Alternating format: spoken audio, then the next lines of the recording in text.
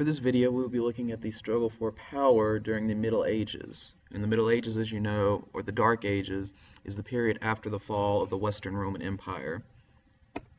Now, first off is looking at what is conflict.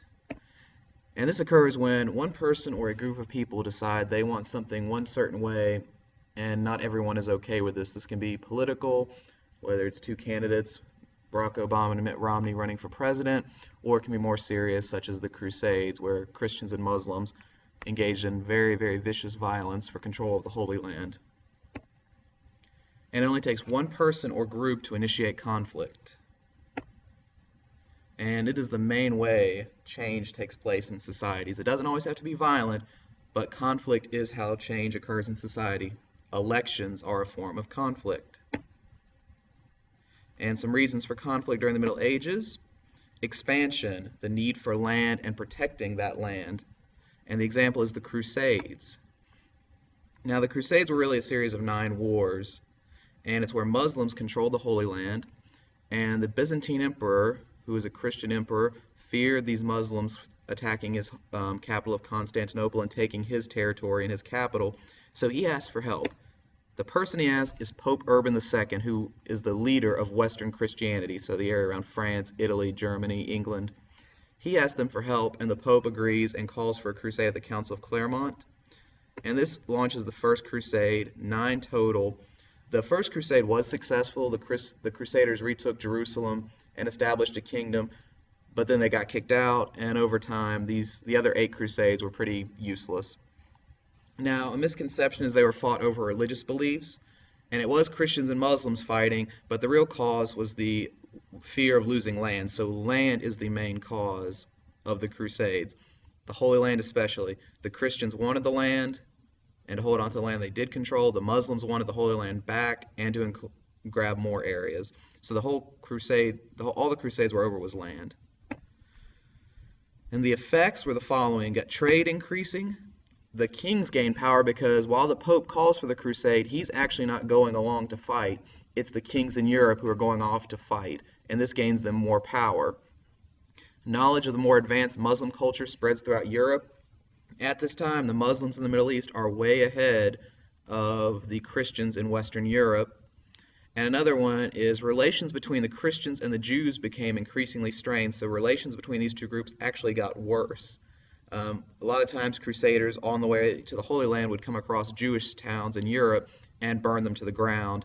And also when they were attacking Muslims in the Holy Land, they would also attack Jews as well. So relations between Christians and Jews became worse. Now, another cause of conflict is authority, where people want more power, and there are others who want to limit that power. So more land equals more power equals more authority, and more land equals more authority. So all those concepts are tied together. Land and power are the 2 biggest things in the Middle Ages. Land equals power. And here's the example of the 100 Years' War. The war was about 100 years, hence its name. And it's fought between England and France. And the cause of it is the French king dies without an heir. As you know, in absolute monarchies, the power is passed along to the son from the father, and that's how you become king. But here the French king dies without a son, so he has nobody immediately to take the throne. His closest living relative is the King of England. They're related, they're cousins, but he's English. The French don't want this guy. The French king has a cousin who is serving as the regent, who is less close related than the King of England, but he's French. The French want him. And they decide to make this regent, who's temporarily being king, the permanent king. And this does not make the King of England very happy. And he actually invades because he wants to rule both countries. He sees himself as the legal heir, so he sees this as his right to own France. And eventually the French win the war after about 100 years. This is the time of Joan of Arc. And the third cause of conflict during the Middle Ages is religious beliefs, where the church tries to gain power and also local rulers are trying to control power. So conflict with religious beliefs is a main part. First up is the Cluniac reforms, which is about monasteries. Monasteries where people take the vow of poverty and they just live their lives as monks. But at this time, the people running the monastery are called abbots, And the abbots are chosen by the local leaders, local rulers, not the pope, not the bishop, not even the king. It's the local ruler controlling the immediate area.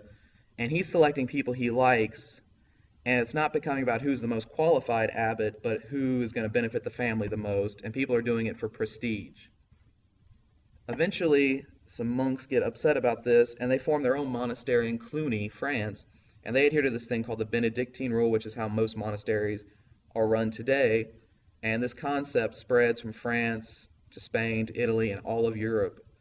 And it's mainly to take local leaders out of control of the abbot, of the monastery, to make sure the abbot is the most effective monk, not just the most well-connected. The other religious issue is the Schism of 1054. It's also called the Great Schism. Now, from the time of right after Jesus to this time, there was one pretty large church, East and West. The East, they spoke Greek. The Western church spoke Latin. And they're coming into conflict with each other around this time period. And it's the final split between the East and West. Western church is based in Rome, and the Eastern church is based in the Byzantine Empire in the city of Constantinople. And they're splitting over these three things: beliefs, values, and the use of icons. The Western church becomes the Roman Catholic Church, and the Eastern church becomes the Orthodox Church. And this basically happens when the head of the church in the West, who's known as the Pope, and the head of the church in the East, who's known as the Patriarch, they basically excommunicate each other, where they say, you're not a part of our church anymore. And when the two leaders get excommunicated, that completely splits the two churches, and they're still split to this day. Some very similar beliefs and values, but the very small things they fought over resulted in the schism, and it's still a split church today.